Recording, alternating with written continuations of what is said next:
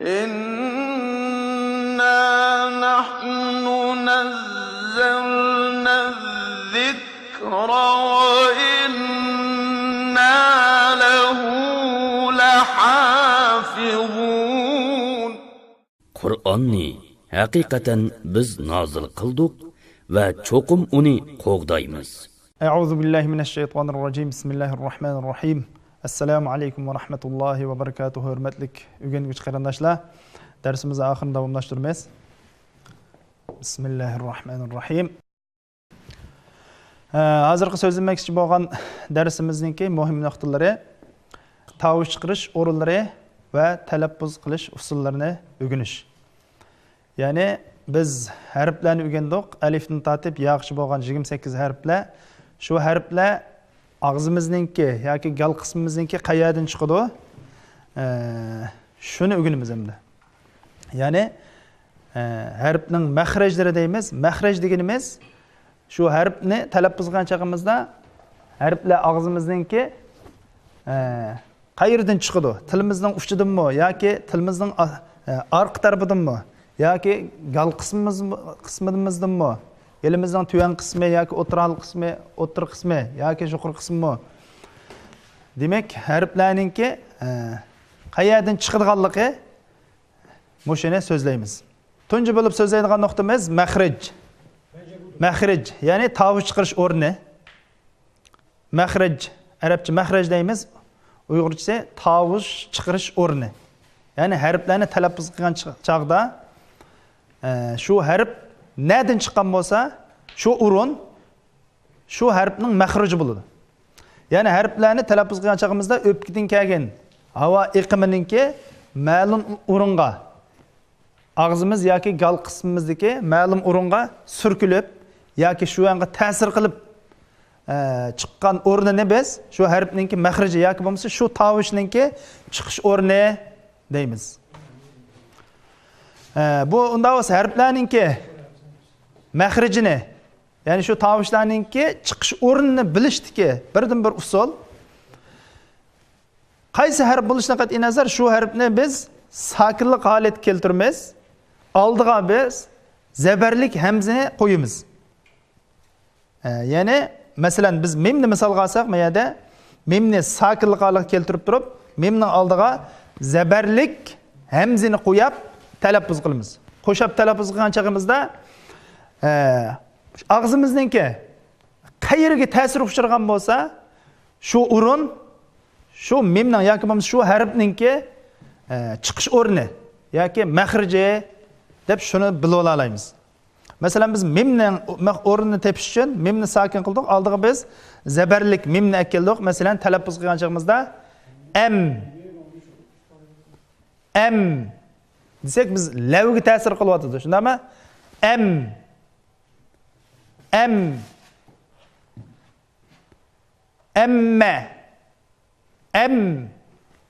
Demek biz mimni mahrajini bilish uchun mimni sakinlik holatga keltirdik. Oldiga fathalik yoki bo'lmasa zirlik bir hamzani keltirib qo'shib talaffuz qilamiz. Shunda bo'lgan chaqda harflarningki mahrijining nereden chiqadiganligini osonla bilib olamiz.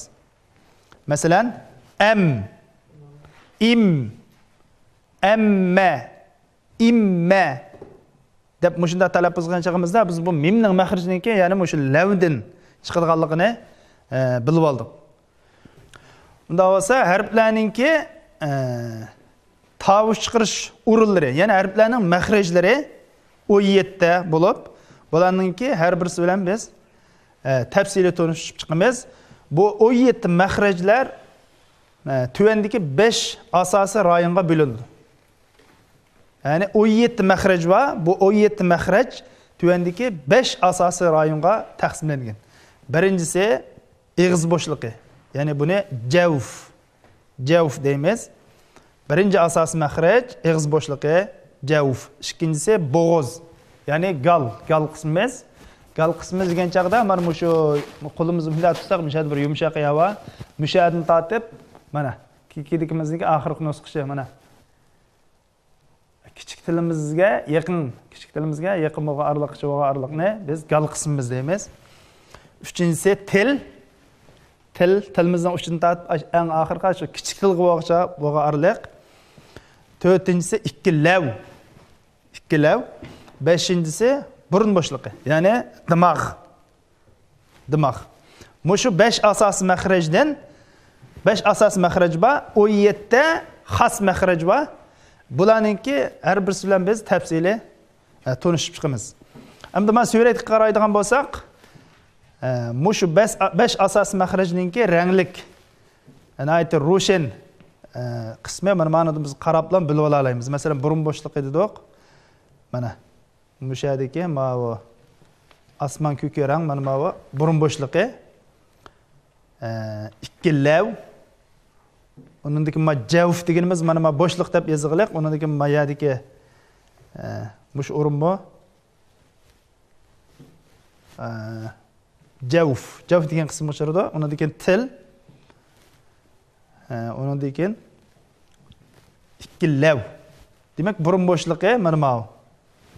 Mushuninki suratida nayte ro'shan. Mushu bilib olamiz, bu suratda 5 asosiy mahrajninki 5 xil rangda nayte uchuq. Mush suratda tasvirlangan. Bularninki hamsi biz 5 asosiy mahraj va 17 ta xos mahrajlar bilan tafsili tanishib chiqamiz. Unda bo'lsa 5 asosiy mahrajninki birinchisi biz nima dedik? Ig'iz bo'shlig'i, ya'ni javf. Javf deganimiz gal bo'shliq bilan ig'iz bo'shlig'ining ikkisiningki qo'shimchasi, ya'ni yig'inchisi javf bo'ladi. Javf degan shu. Javf degani ig'iz bo'shlig'i bilan gal bo'shlig'i bilan ig'iz bo'shlig'ininki ikkisini o'z ichiga oladi, har ikkilisini. Bu rayonda birla o'rin bor bo'lib, tuvandagi 3 harf talaffuz qilinib chiqadi. Bu harflar ya'ni ig'iz bo'shlig'i tavushlari deb ataladi. Buningda hamda biz oyat o'qigan chog'imizda mad harflarini bilamiz. So'zab o'qiydigan ayoli bor. Masalan, "Ivas-samaa'un shaqqat" deymiz. Mishada bir mad harfi bor. Masalan, "Qalu inna" deymiz. Mishada bir mad harfi bor.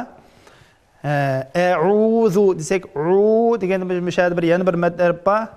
Yana ji'a desak mishada bir mad harf bor.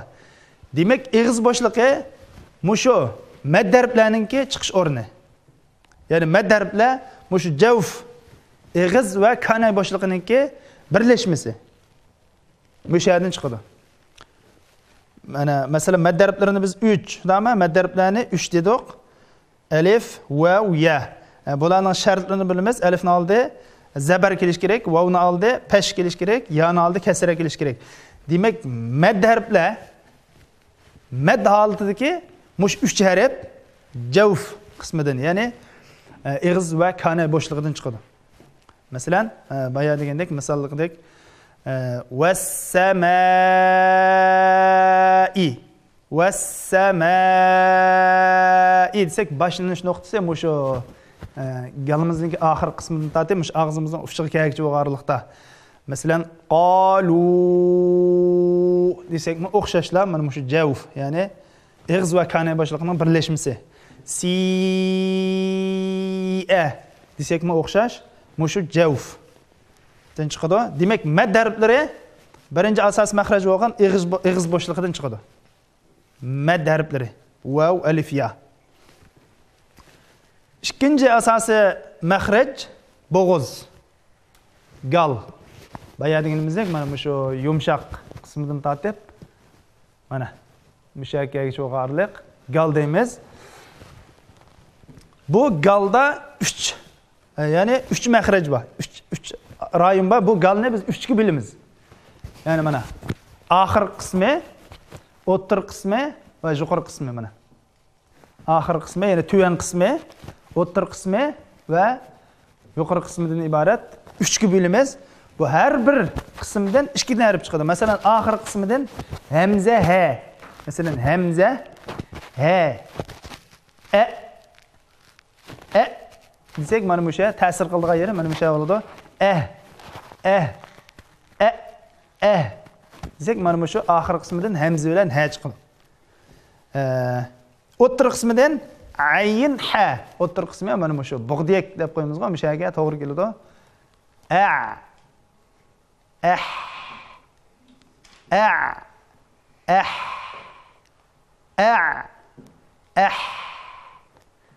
Desak mana shu ta'sir qilish nuqtasi ham o'sha bo'ladi. Demak, galning o'tir qismidan ayin ha. Yuqori bo'g'iz, ya'ni yuqori qismidan g'oyin ha.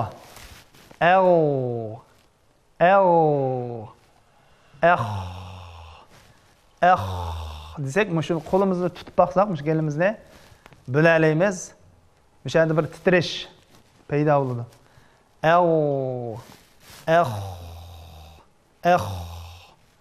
İkinci asası məxrəc boğuz, yəni halq. Ərəbcə halq deyimiz.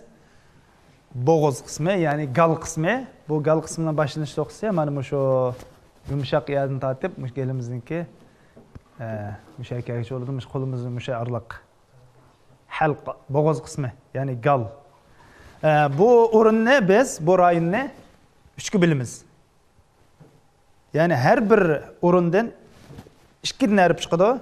Mesela boğaz tüyü deyimiz, mana. Şu boğaz tüyü degan mana bu şey bo'ladi. Boğaz tüyü. Yani astın kısmı boğaz tüyü.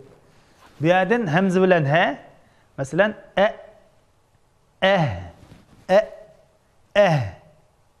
hamza bilan ha. O'ttir kısmı, yani o'ttir boğaz ayin ha. O'ttir kısmı degan chaqda mana shu bug'diyak va o'rinni mishani ko'rsatadi. Demek bu yerden hamza nima? Ayin ha. Üçüncü yuqori bo'g'iz. Mana bu üstün qismi bu yerden g'oyin ha.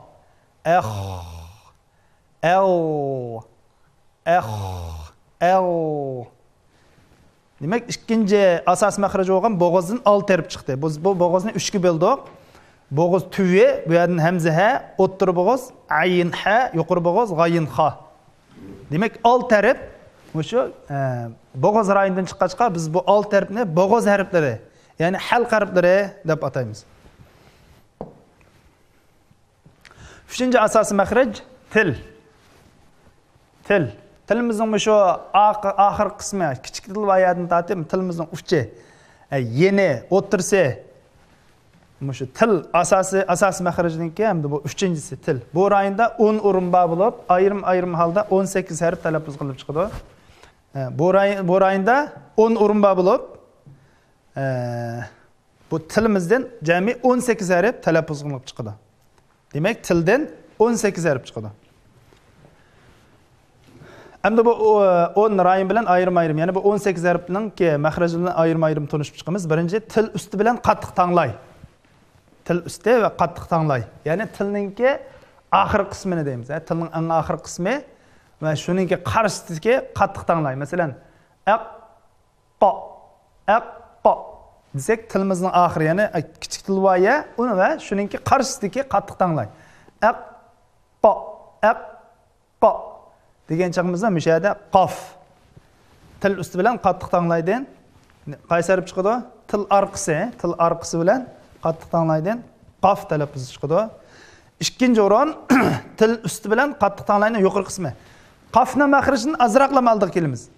Qofning maxrijini azroq oldirmasak ak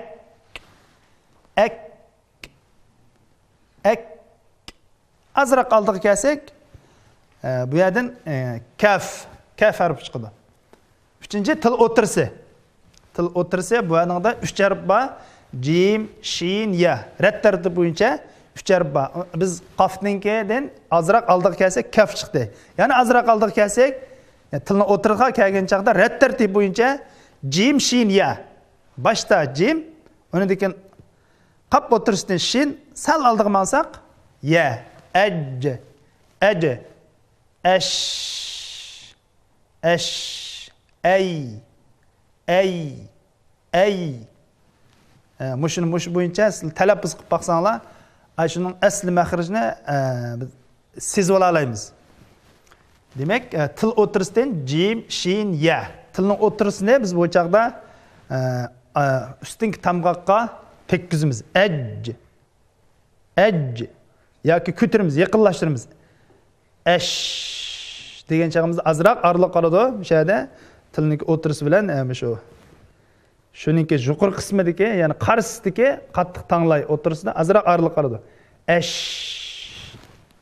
ay demak bu uch harf til o'tirisidan chiqdi. Tilningki yon tarafi, tilning yeni. Ya'ni tilning yeni. Hammamiz bilamiz, tilning yeni. Buningda dod. Bu dodningki 3 makhraj bor. Yoki o'ng tarafdan chiqaramiz, yoki so'l tarafdan chiqaramiz, yoki har ikkala tarafdan tang chiqaramiz. O'ng tarafdan chiqargan chog'imizda, masalan, tilimizning yenini yuqorqi iziq tishlarimizningkiga atrofiga tekkizamiz. Ya'ni mana tilimizning yeni bo'lgan bo'lsa, mana yuqorqi iziq chiqib bo'lgan bo'lsa, mushaga tekkizamiz. Tilimizning o'ng tarafimizga iziq chiqqa. Bu bir mahjar. Ya'ni birisi tilimizningki so'l yenini, so'l tarafini, so'l tarafdagi ustun qismidagi iziq chiqib tekkizamiz. Yoki bo'lmasa, har ikkala tarafni har ikkala tarafga tekkizamiz. Masalan, o'ng tarafdan chiqarsak, so'l tarafdan chiqarsak, o'xshashlan. Har ikkala tarafdan chiqarsak,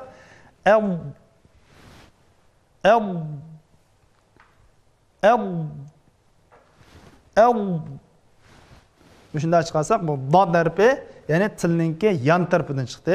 Tilning yeni bilan iziq tishninki ikkisiningki chaplish, ya'ni bu ikki tarafdan chiqdi. Beshinchisi tilningki ikkili yon tarafi dedi. Buningda lam. Masalan, tilimizningki, masalan bu uch taraf to'g'ri keladi bu. El desek, tilimizningki uch tarafdagi yeni. Mushadan, ya'ni mushani qarshi tarafdagi tamg'oqqa tekkizsak, ya'ni tishimizningki, tish millikininki ust tarafiga.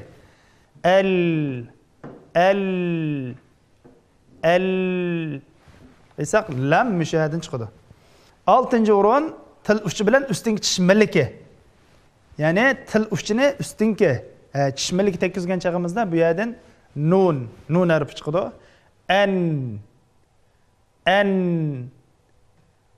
An desek, mishada nun. 7-si til uchi va til usti bilan ustingi tish millikini arasi. Bu yerda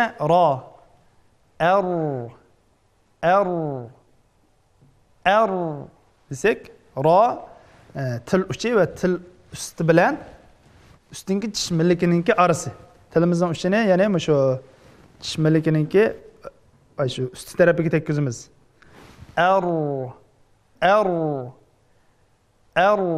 Desek, bu raninki o'rni shu. Hamda bu tilninki 8-rayoni til uchi bilan ustingi udiltishning tuvi. Mana unda 3 harf chiqadi. Ta, dal, po.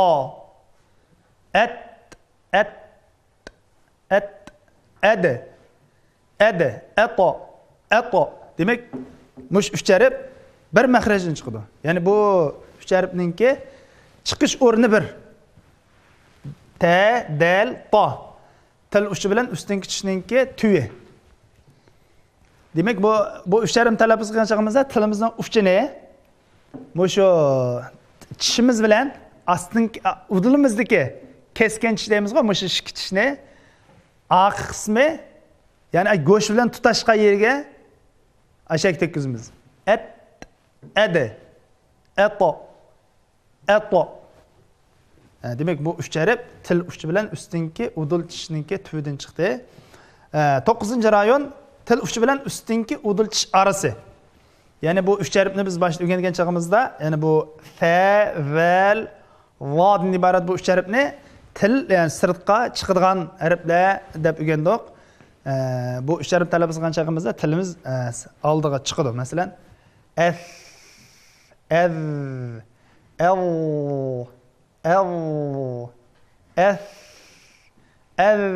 desek, udilimizga bir adam shu tilimizni ko'raligidek tilimizning uchini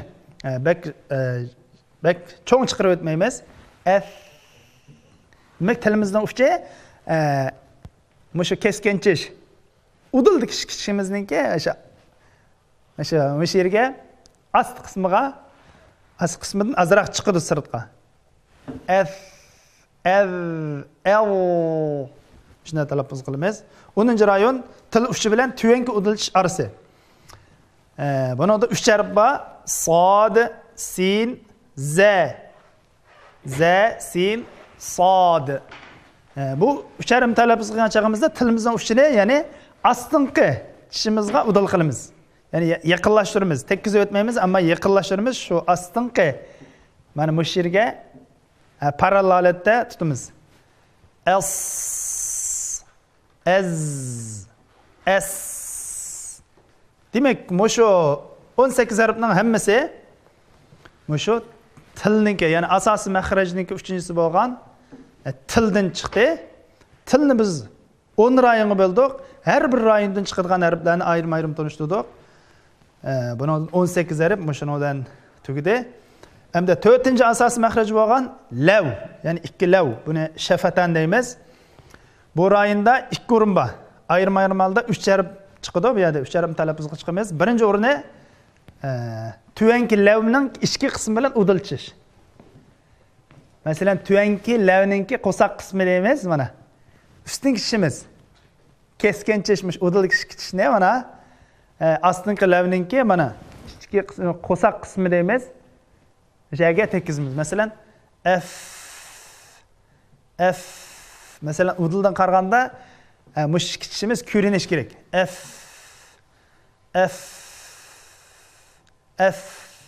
Demak bu lav bilan tishninki ikkisiningki maslashidan fa degan harf f harf chiqdi. Unda bo'lsa lavning o'zidan ham 3 harf bor. 3 harf qoldi. Masalan, ba, mim, vav. Bu 3 harf 2 lavdan chiqadi. Ab, am, aw, ab, am, aw. Aw degan chog'imizda qanday o'zgarishlar bo'ladi? 2 lav oldiga so'zlaymiz. Masalan, vav talaffuz qilgan chog'imizda 2 lavni oldiga so'zlaymiz. Aw.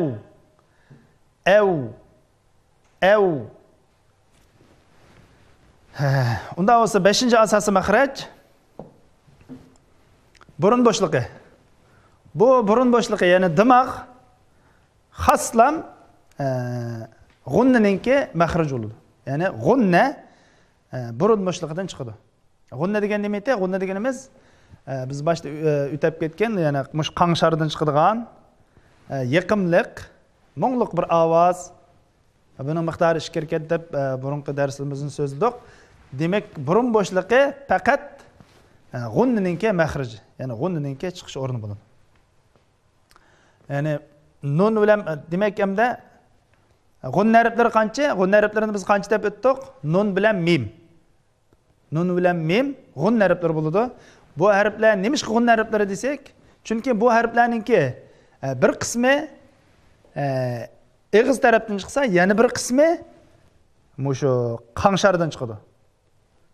Qanshardan chiqadi. Shuning uchun biz mushu g'unna mush ikki harfningki jismiga singib ketgan deymiz. Shunga bu ikki harf g'unnasiz chiqmaydi, g'unnasiz mavjud bo'lmaydi. Chunki yermi eg'izdan chiqsa, bu ikki harfningki yermi qanshardan, ya'ni dimog'dan chiqadi. Shuning uchun bu ikki harf g'unna harflari deb ataladi. Shunga Qur'on o'qigan tilovat qilganimizda mush ikki harf bayada biz g'unna qilamiz. Shaddalik holatga kelgan chog'imizda biz g'unna akmal deymiz. Inna amma degandek to'liq g'unna shu ikki harflar, ya'ni shaddalik holatda chiqadi. Shuning bilan 5 asosiy mahraj 5 asosiy mahrajga aloqador mazmunlar oxirlashdi. Keyingi darslarimizda ko'rishamiz. Assalomu alaykum va rahmatullohi va barakatuh.